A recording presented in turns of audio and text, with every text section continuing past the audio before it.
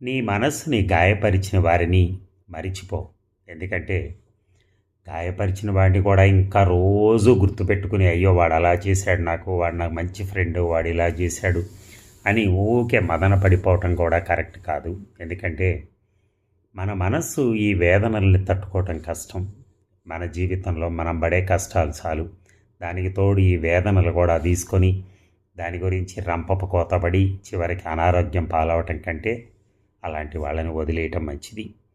అలాగే నిన్ను ప్రతిరోజు ప్రేమించే వారిని గుర్తుంచుకో, కానీ మన ఎవరైతే ప్రేమిస్తున్నారో వాళ్ళని మాత్రం అస్సలు మర్చిపోకూడదు. ఎందుకంటే వాళ్ళకి మన పట్ల ప్రేమ ఉంది, అంతేకాని వాళ్ళకి ప్రేమ ఉంది కదా నాకేంటి సంబంధం, నేనేం ప్రేమించాల్సిన అవసరం లేదు, అలా ఉండకూడదు. ఎందుకంటే రేపు ఏ చిన్న అవసరం వచ్చినా, లేకపోతే ఏదైనా తోడ్పాటు కావాలి, మనం హాస్పిటల్లో ఉన్నాం, కనీసం చూసే మనిషి లేరు అంటే చూడటానికి కూడా ఒక్క మనిషి కూడా దొరకట్లేదు ఈ రోజుల్లో. ఒక బంధువు అయినా సరే హాస్పిటల్కి వెళ్ళి చూసేసి ఎలా ఉంది అనేసి ఒక్కసారి పక్క మీద కూర్చొని ఒక స్వాంతన పలుకు పలికేసి ఆ తర్వాత ఎమ్మటే వెళ్ళిపోతూ ఉంటారు. వాళ్ళ వలన మనకు వచ్చేది ఏమీ ఉండదు. ఏదో చూడాలి కాబట్టి వచ్చాడు, చూశాడు, పోతున్నాడు, అంతే, దట్స్ ఆల్. కానీ అలాంటి మనకు సహాయపడే ఫ్రెండ్ ఎవరైనా ఉంటే మాత్రం వాడి జీవితంలో విడిచిపెట్టకూడదు ఎప్పుడైనా. వాడికి ప్రాబ్లం వస్తే మనం పోవాలి, మనకు ప్రాబ్లం వచ్చినా వాడు వస్తే హ్యాపీగా ఉంటుంది ఆ లైఫ్. అలాగే నిన్ను ఏడిపించిన గతాన్ని మర్చిపో ఎప్పుడైనా. బాగా అప్పుడప్పుడు గతంలో చాలా జరుగుతూ ఉంటాయి మనకి. ఓ ఫ్రెండ్, బాగా బెస్ట్ ఫ్రెండ్ అనుకున్నవాడు ఒక మాట అన్నాడు అనుకోండి, తట్టుకోలేం.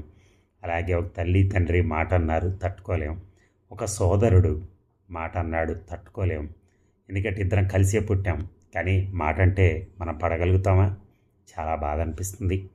అలాగే నీ చిరునవ్వులకు కారణమవుతున్న వర్తమానంపై దృష్టి సారించు. నాకు మంచి మంచి రోజులు నడుస్తున్నాయి, చిరునవ్వులు కారణమవుతున్నాయి, నాకు బాగా నవ్వుతున్నాను, నేను హ్యాపీగా బతుకుతున్నాను అనుకున్నప్పుడు ఆ మంచి రోజుల్ని ఆస్వాదించాలి మనం. ఎందుకంటే లైఫ్లో ప్రతిరోజు ప్రతి సంవత్సరం మనం పుట్టిందల్లా మనకి ఆనందంగా ఉంటుందని చెప్పడానికి ఉండదు. 100 కోట్లు ఉండని ఆయన దగ్గర ఆస్తి, కానీ ఎప్పుడు ఆయన కూడా ప్రశాంతంగా ఉండలేడు. ఆరోగ్యం అనేది ఎవరికైనా ఒకటే. అందుకని అలాగే నీ బాధని మర్చిపో.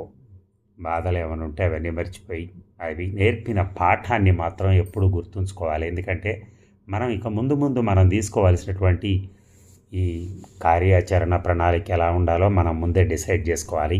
డిసైడ్ చేసుకుంటే ఫ్యూచర్లో మళ్ళీ ఈ పరిస్థితి మళ్ళీ మనకి రాకపోవచ్చు. అది ఆలోచించి మనం ముందుకెళ్తే చాలు. Thank you.